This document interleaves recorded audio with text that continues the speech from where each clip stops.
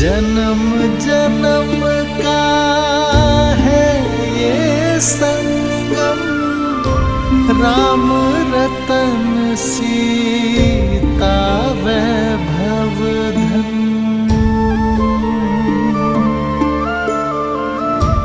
एक है पौरुष एक समर्पण, एक है रूप तो दूजा दर्पण।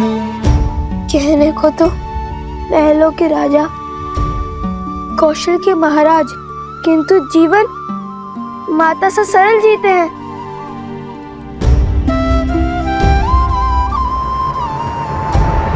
राम सिया राम सिया राम सिया राम, राम सिया राम सिया राम, सिया राम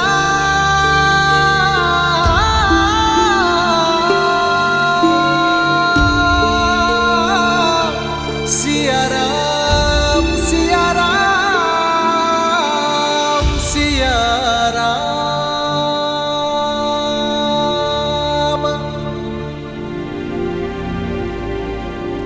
मुझे देखकर पीड़ा होती है या भय? जब भी तुम्हारे समक्ष आता हूं, तुम्हारे नेत्रों से कल कल अश्रु बहने लगते हैं।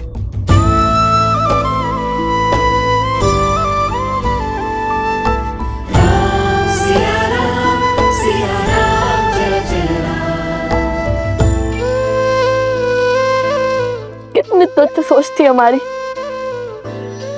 कितने निम्न विचार थे हमारे, जो हमने सोचा कि आप महलों का सुख भोग रहे होंगे और माता सीता वन के दुख।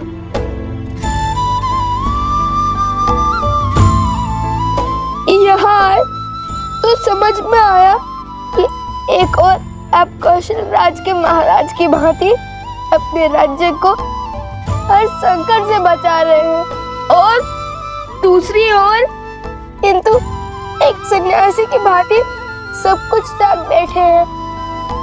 ये वनवास केवल माता सीता का नहीं बल्कि प्रभु श्री राम का भी है। राम सिया राम जय जय राम। आज पता चला कि जितनी पीड़ा माता सीता को श्री राम के लिए हुई है, उससे अधिक पीड़ा श्री राम के मन में माता सीता के लिए है। सिया राम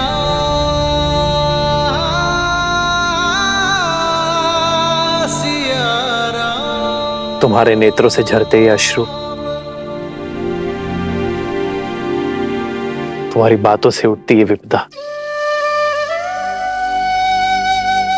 ऐसा प्रतीत होता है कि तुम्हारा दुख मेरे दुख से भी विशाल है।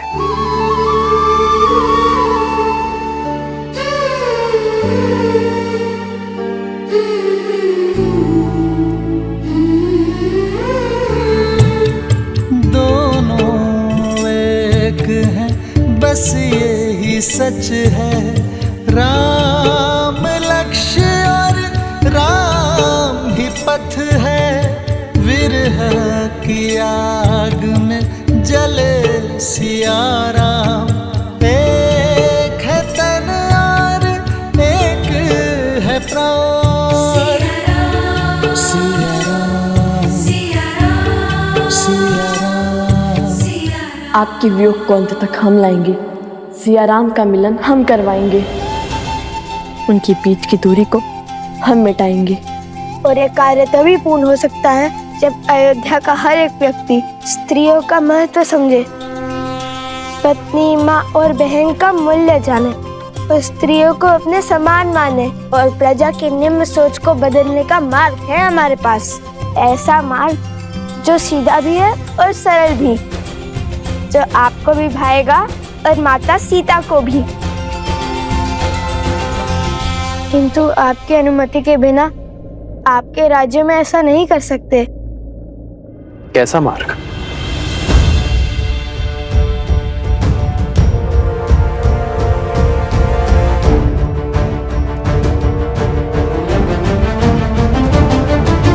और इसके लिए हमें केवल एक दिन का समय चाहिए। हम वचन देते हैं इस शुभ कार्य में कुछ अशुभ नहीं होगा। आपके पुत्र होने के नाते हमें एक अवसर दे दीजिए।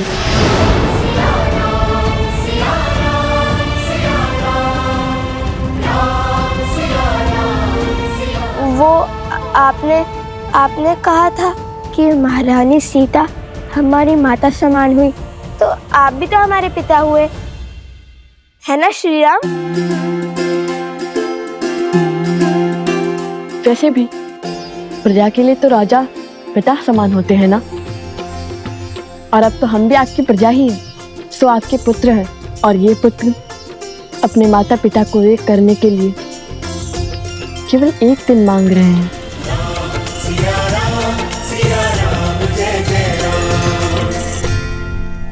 मान जाइए ना प्रभु, मुझे लव कुश पर पूरा विश्वास है।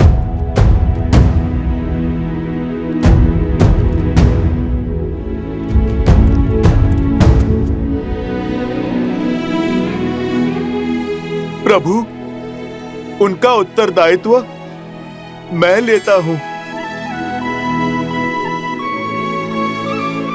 और फिर यदि ये कार्य सफल हुआ तो ये राज्य पूरा खुशियों से भर जाएगा प्रभु। हर संकट टल जाएगा प्रभु।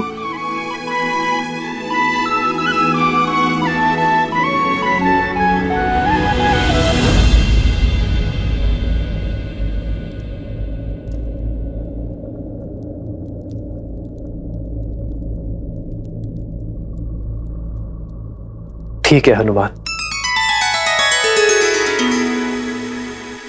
उठो।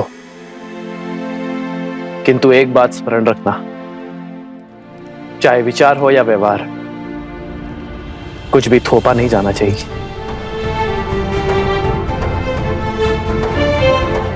यदि अयोध्यावासी एक दिन में तुम्हारी बात मानेंगे तो तुम्हारे उपाय को और आगे बढ़ाएंगे, अन्यथा ये निर्णय भी पुनः नियति पर छोड़ देंगे। ज्येष्ठ पिताश्री, तो हमारी रुचि थी ही। भैया, जो आपको पिता मान रहे हैं वो हमारे भैया ही हुए ना। मंगल भवन मंगल हारी, द्रवहु सुदशरथ अजर बिहारी।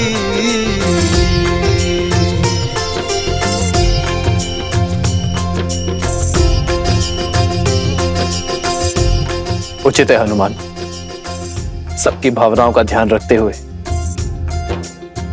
आगे बढ़ो। जो आज्ञा प्रभु।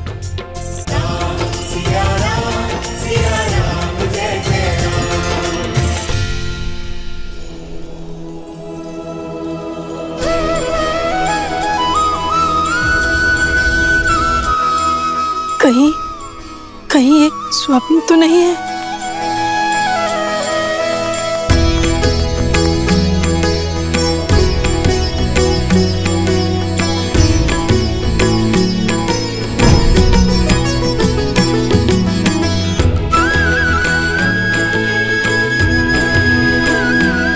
माता, हर कष्ट, हर पीड़ा, हर क्लांति को पीछे छोड़ने के लिए सच हो जाइए। हम आ गए हैं, किंतु एक सहायता की विनती लेकर। कैसी सहायता?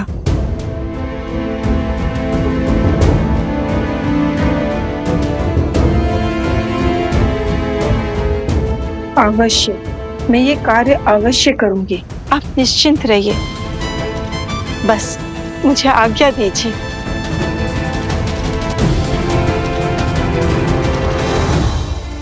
हमें भी कार्य दीजिए भैया।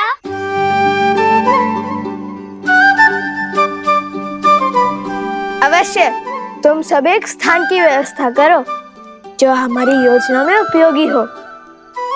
जानते हो ना मैं कैसे स्थान की बात कर रहा हूँ? हम अभी उचित स्थान की व्यवस्था करते।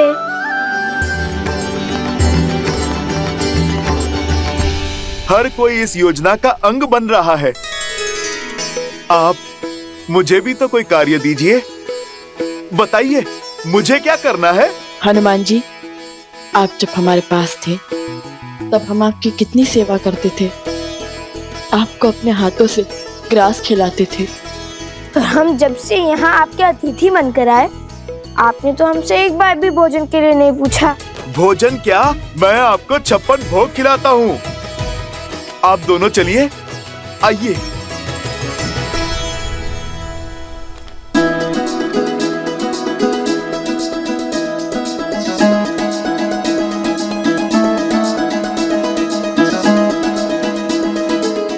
नहीं, बस।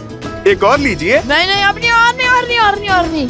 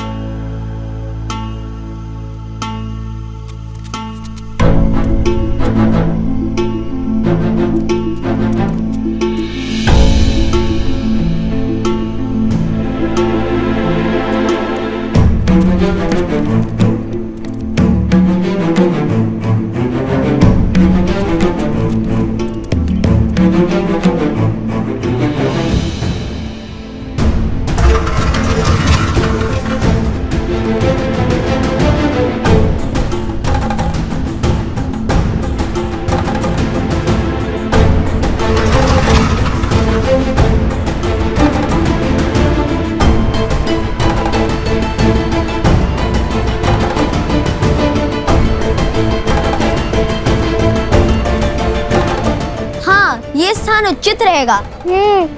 महल के इस भाग को अब राज परिवार तो उपयोग करता नहीं। आत्मा तृप्त हो गई भोजन खाकर। अब चलिए हनुमान जी। अब क्या होगा? विस्फोट।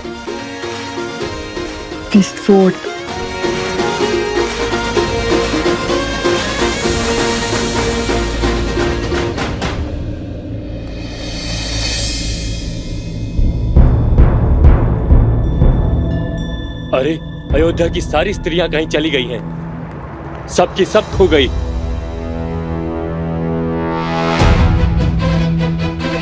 अरे कहाँ गई सब? खोजो उन्हें। मेरी पत्नी को देखा क्या? नहीं देखा। अरे मिली कोई? नहीं मिली। मेरी पत्नी भी नहीं मिल रही है। चलो साथ में चलकर खोजते हैं। हाँ, चलो। अरे तुम्हारी पत्नी मिली? नहीं मिली। और तुम्हारी? नहीं। ऐसे कैसे लुप्त हो गई? माता और बहनों, हमारे आपसे केवल एक विनती है। चाहे आपका पुत्र, पति या पिता, कोई भी विपदा में हो, ये मत भूलिएगा कि ये युद्ध केवल माता सीता के लिए नहीं है। ये आप सबके मान सम्मान का द्वंद है। यदि पुरुषों को लगता है कि संसार को चलाने का दायित्व और सृष्टि के निर्वहन का कर्तव्य वो निभा रहे हैं, तो ये उनकी बड़ी भूल है। क्योंकि बिना स्त्री के ना घर चलता है और ना ही समाज। स्वयं नारायण भी लक्ष्मी के बिना अधूरे हैं। जब तक अयोध्या में राम राज्य की स्थापना नहीं होगी, तब तक श्री राम और माता सीता का वियोग समाप्त नहीं होगा। और जब तक सिया राम एक नहीं होंगे, तब तक रामायण कभी संपूर्ण नहीं होगी। हाँ, हम आपके साथ हैं। आप जो कहेंगे हम वो करेंगे। हाँ, हम आपके साथ हैं। हाँ, हम आपके साथ हैं। चलिए हम सब मिलकर महादेव से इस कार्य के सफल होने की प्रार्थना करते हैं। हर हर महादेव! हर हर महादेव! हर हर महादेव! हर हर महादेव! हर हर महादेव! हर हर महादेव! पूरे नगर में एक भी स्त्री नहीं है। ये कैसा संयोग है? कैसी घटना है? सब और देख लिया, कहीं कोई चिन्ह नहीं। अरे तो क्या आकाश खा गया या पाताल निकल गया? अरे मेरे पुत्रों की माता क्या पवन के वेग में उड़ गई?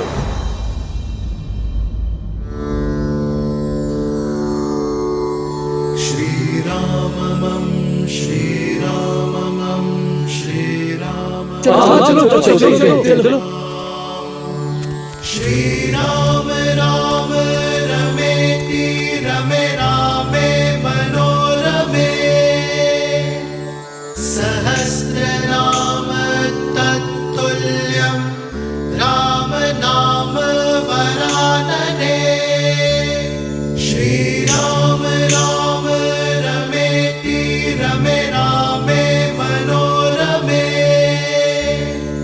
सहस्रनाम तत्तुल्यं राम नाम वरानने।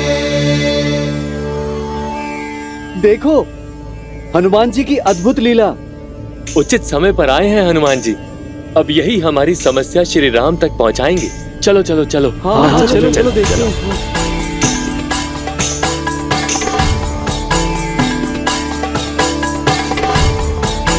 हनुमान जी, हनुमान जी, एक बहुत बड़ी विपदा आन पड़ी है, सहायता कीजिए हनुमान जी। इसलिए आपका ध्यान तोड़ना पड़ा हमें।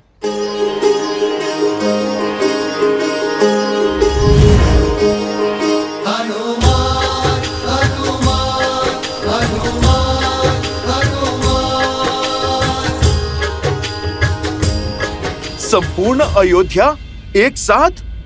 क्या बात है?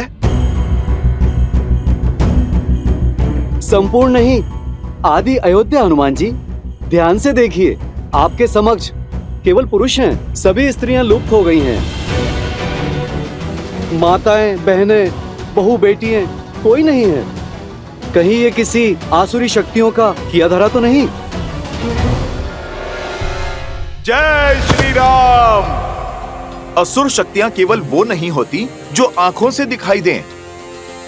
असुर शक्तियां तो मन और मस्तिष्क में होती हैं, जो सोचने और समझने की शक्ति का संहार कर देती हैं। इस असुर शक्ति से विजय तभी प्राप्त की जा सकती है जब मन से द्वेष को मिटाया जाए। और एक साथ इतनी सारी देवियों को प्रभु श्री राम की अयोध्या से उनके भक्त के होते हुए भला कौन ले जाएगा? ना कोई ध्वनि हुई और ना ही कोई हलचल हुई। मुझे तो लगता है कि ये स्त्रियां स्वयं चली गईं, अयोध्या छोड़कर अपनी इच्छा से। स्वयं गई है?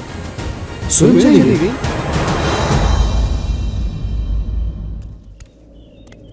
समझ में नहीं आता, न तो इतनी शक्ति है और न इतना साहस, तो फिर कैसे चली गई? जो स्त्री मेरी बिना आज्ञा के चौखट के बाहर एक पग तक नहीं रखती, जो स्त्री हमारे आदेश के बिना जल तक नहीं ग्रहण करती, वो घर संसार छोड़ गई। कैसे? क्यों? हाँ, उचित कहा। पत्नियां तो पति का संसार होती हैं, पत्नियां तो परिवार की धुरी होती हैं, सेविका नहीं।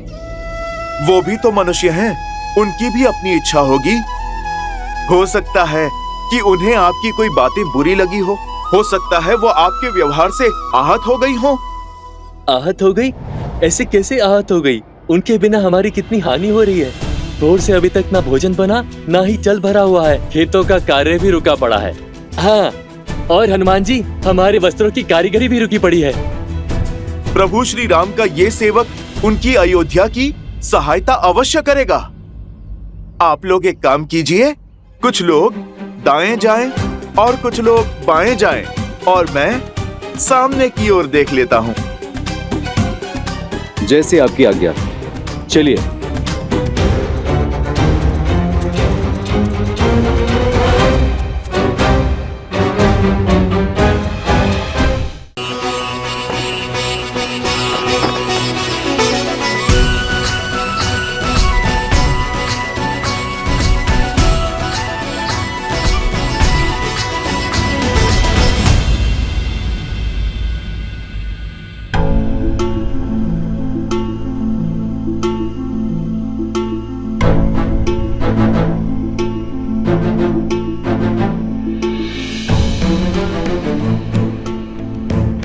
हमारे संतान और पति भूखे होंगे।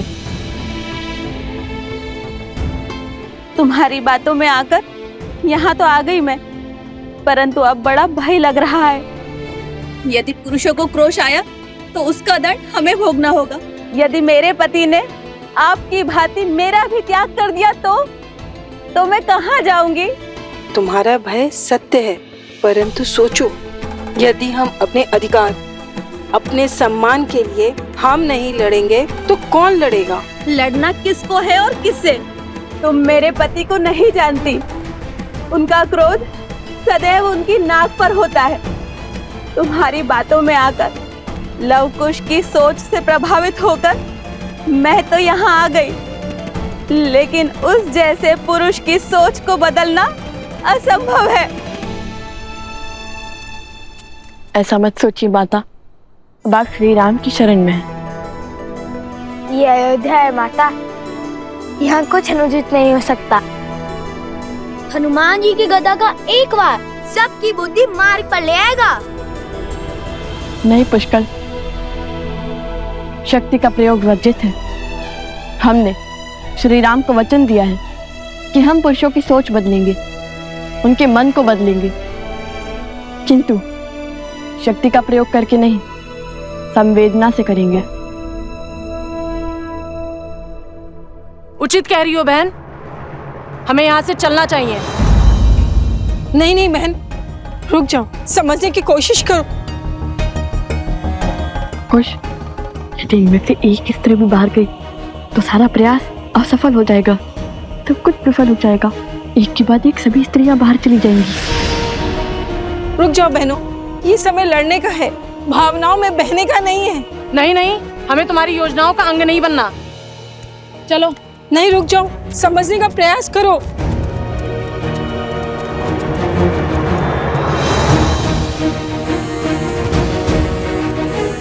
जिनमें एकता नहीं, वो एक दूसरे की क्या संबल बनेंगी? ये समय एकता की शक्ति दिखाने का है, और आप लोग हैं कि यहाँ से एक दूसरे का विश्वास तोड़कर जा रही है।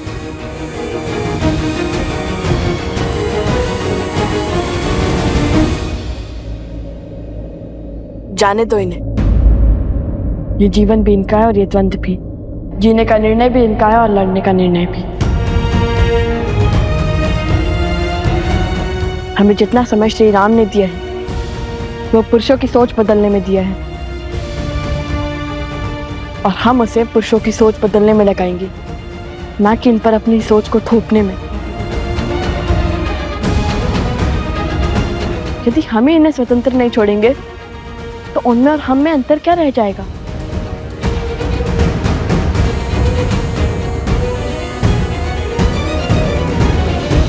हनुमान जी की बात तो उचित लगती है।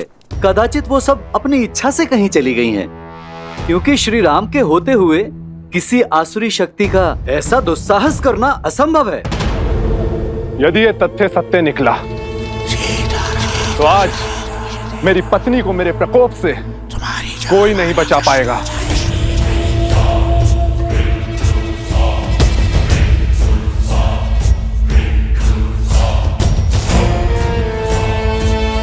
उन स्त्रियों को उनका उचित स्थान दिखाना आवश्यक है। उचित कहा आपने।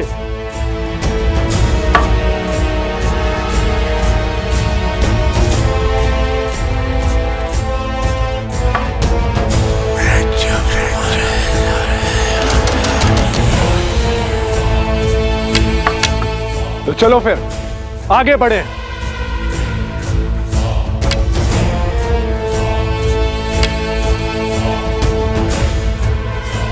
अब दूसरी टुकड़ी को भड़काने की बारी है।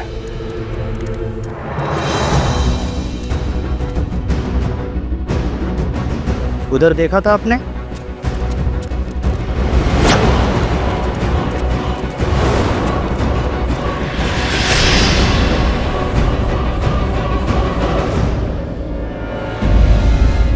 सुशीला, कमला, गीता, प्रातः काल से कहां थी तुम? बिना आज्ञा घर से बाहर पग कैसे धरा तुमने? विद्रोह की चिंगारी उठ रही है हमारे विरुद्ध। उल्लंघन करेगी पति की आज्ञा का। किसकी आज्ञा से घूंघट उठाया तुमने? घर से बाहर निकली।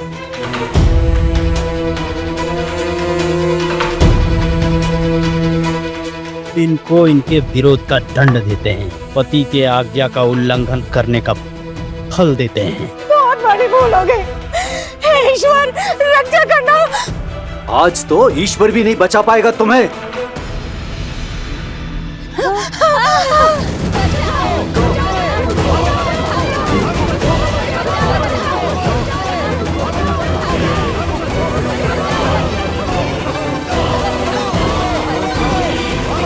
बचाओ बचाओ बचाओ।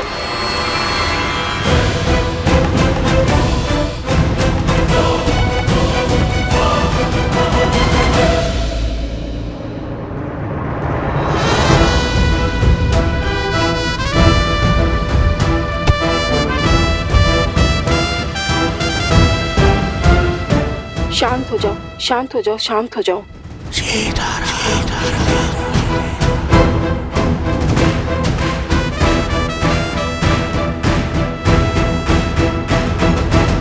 अब समझा तुम दोनों की चाल। तुम ही ने भड़काया है ना इन्हें। हाँ, हमें पूरा श्रेय मत दीजिए, क्योंकि भले ही योजना हमारी थी, किंतु निर्णय आपकी पत्नियों का था। और आपकी पत्नियां बुद्धिहीन नहीं है, उन्होंने सोच समझकर विचार कर कर हमारा साथ दिया है। तुम हमारी पत्नियों को पथभ्रष्ट कर रहे हो। इस दुस्साहस का दंड अवश्य मिलेगा तुम्हें। ऋषि कुमार का कथन अनुचित नहीं है। हमारी स्त्रियां भी सम्मान के अधिकारी हैं। हमें तुम्हारा ज्ञान नहीं चाहिए।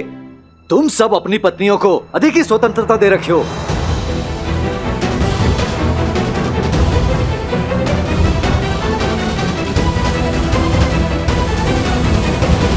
हमने तो केवल स्त्रियों को उनके अधिकारों का स्मरण करवाया, उन्हें सम्मान का मोल समझाया। अब आप ही बताइए, हमने क्या अनुचित किया? क्या कभी आपने हमें मानव समझा? कभी खेत में काम करने वाली एक सेविका समझा, कभी वस्त्र धोने वाली सेविका, तो कभी भोजन बनाने वाली सेविका, तो कभी बच्चे पालने वाली सेविका। फिर भी हम स्त्रियों ने हमेशा आपको प्यार दिया, आपके घर को संवारा। हमें हमारा सम्मान चाहिए, तो उसमें अनुचित क्या है? मौन हो जा।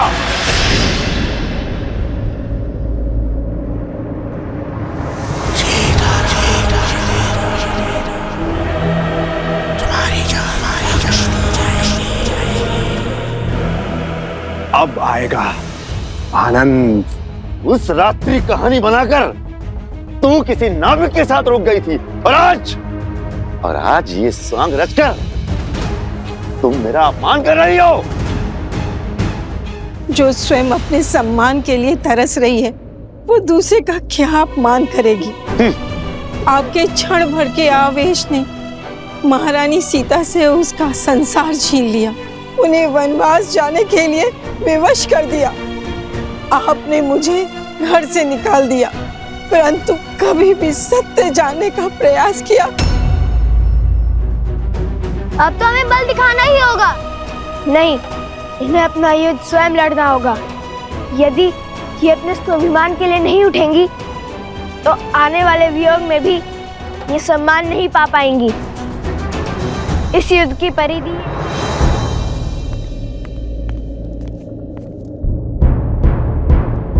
महाराज, नगर द्वंद्व का दंश झेल रहा है। स्त्रियों और पुरुषों में घोर तनाव है। पुरुष स्त्रियों के हर तर्क को निरर्थक मान रहे हैं।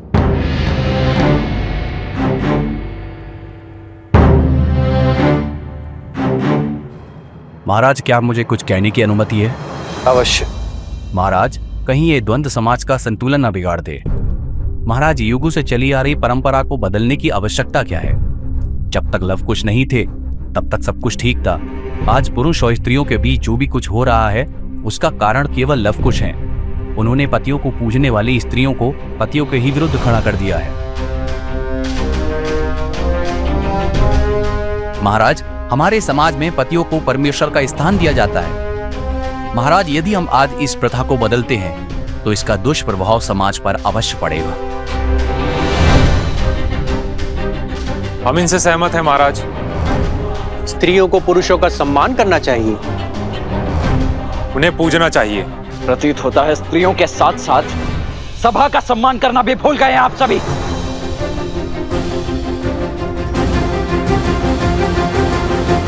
लक्ष्मण, शांत।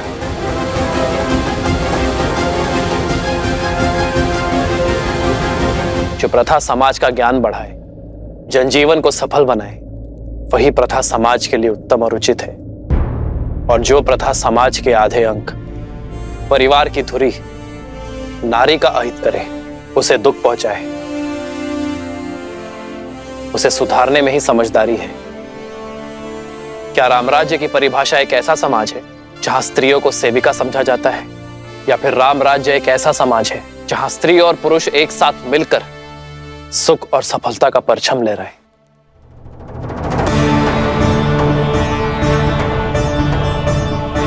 एक स्त्री को दासी समझना हमारी संस्कृति का अपमान है। क्या हम भूल गए हैं कि जब हम जन्म लेते हैं तो सर्वप्रथम एक स्त्री ही हमें स्नेह देती है। यदि स्त्री अपनी संतान को मातृत्व की छाप ना दे, उसे अपने दुग्ध से पोषित ना करे, तो संसार का कोई भी पुरुष जीवित नहीं रह पाएगा। मैंने लवकुश का साथ इसलिए दिया है क्योंकि उनकी सोच में समझ और सुधार है। आज हम जिस मोड़ पर खड़े हैं वो समाज का नया दौर है, जहां स्त्री और पुरुष कंधे से कंधा मिलाकर अपनी शक्ति से इस संसार को आगे बढ़ाएंगे। मुझे उन दोनों पर पूरा विश्वास है और मैंने उन्हें जितना समय देने का वचन दिया है उतना समय उन्हें अवश्य मिलेगा।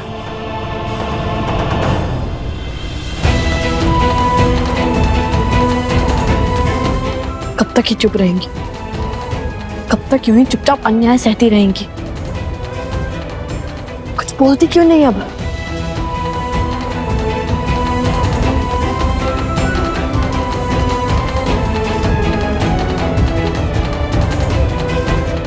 और अधर्म और क्रूरता। हे नारायण, रक्षा कीजिए।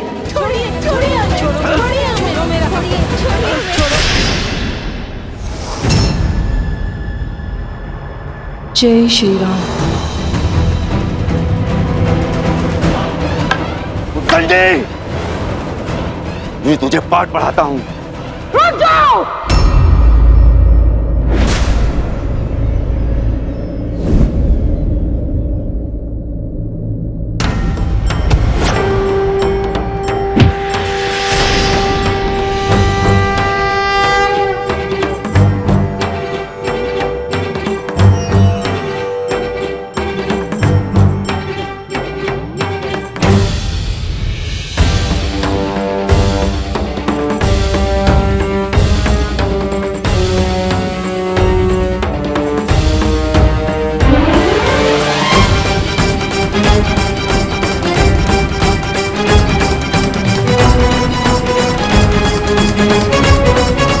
महाराज, घोर असंभव संभव हो गया महाराज। स्त्रियों ने पुरुषों के विरुद्ध ध्वनि उठा दी है महाराज।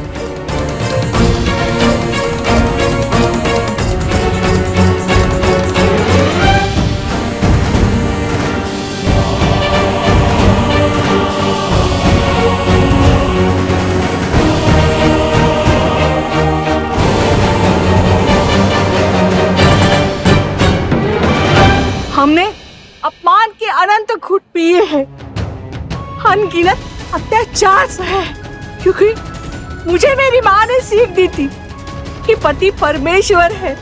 किंतु आज मुझसे निकलकर मेरी बहू पर आई, तब मैं सह नहीं पाई हूँ।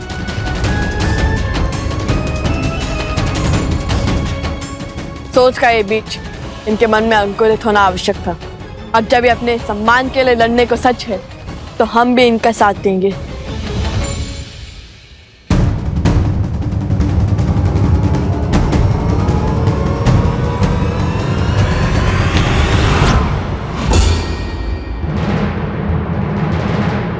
सावधान!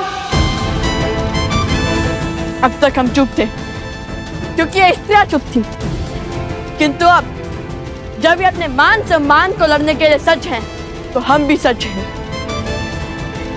अब कोई भी इन पर हाथ उठाने का दुस्साहस नहीं करेगा।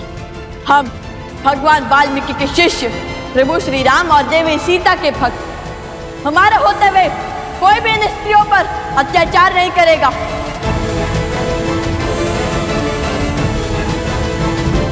हम इनके साथ हैं, हम इनके साथ हैं, हम इनके साथ हैं। और फिर क्या हुआ? फिर वहां महावीर हनुमान, जय जय पवन पुत्र हनुमान, बजरंग बली हनुमान, जय जय महाबली हनुमान। देखिए हनुमान जी, ये लव और कुश अयोध्या की स्त्रियों को भड़का रहे हैं। अच्छा, तो घर परिवार संभालने वाली नारी अबोध है, मतिहीन है कि जो कोई भी इन्हें भड़का दे। मैं सब सुन रहा था। क्या आप लोगों के पास इस समस्या का समाधान है? जिस योजना की अनुमति पिताश्री ने दी थी, उसे आकार देने का समय आ गया है। यदि अयोध्यावासी एक दिन में तुम्हारी बात मानेंगे तो तुम्हारे उपाय को और आगे बढ़ाएंगे। मेरे पास एक उपाय है। यदि आप समझते हैं कि स्त्रियों का योगदान आपके जीवन में केवल खाना पकाना या फिर संतानों को संभालना ही है, यदि आप उन्हें अपने से कम और स्वयं से नीच आंकते हैं, तो ठीक है, केवल एक दिन अपने पत्नियों के बिना अपना जीवन चलाकर दिखाइए।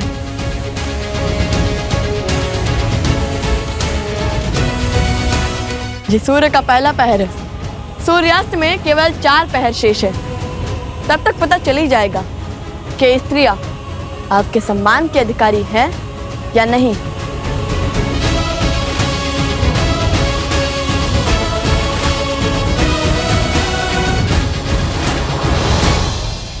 उचित ही तो कहा है लव कुश ने। क्या पुरुषों ने ये चुनौती स्वीकार करी?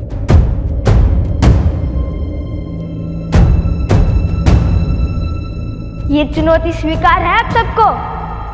हाँ हाँ स्वीकार है, हाँ स्वीकार है, हाँ स्वीकार है, हमें हाँ स्वीकार है, हाँ स्वीकार है, हाँ स्वीकार है। महाराज, इतनी विकट स्थिति में भी आप मुस्कुरा रहे हैं। कदाचित आप इस शर्त का तर्क नहीं समझ रहे हैं। पुरुष स्वभाव से बहुत हठी होते हैं। जब बात उनके अहम पर आ जाए तो शाम दाम दंड भेद कुछ भी अपना कर अपना पलड़ा भारी करने की ही सोचते हैं। मान लीजिए कल उन्होंने अपनी पत्नियों का परित्याग कर दिया तो इतनी सारी स्त्रियों की पीड़ा और परित्याग का कलंक अयोध्या के माथे ही लग जाएगा।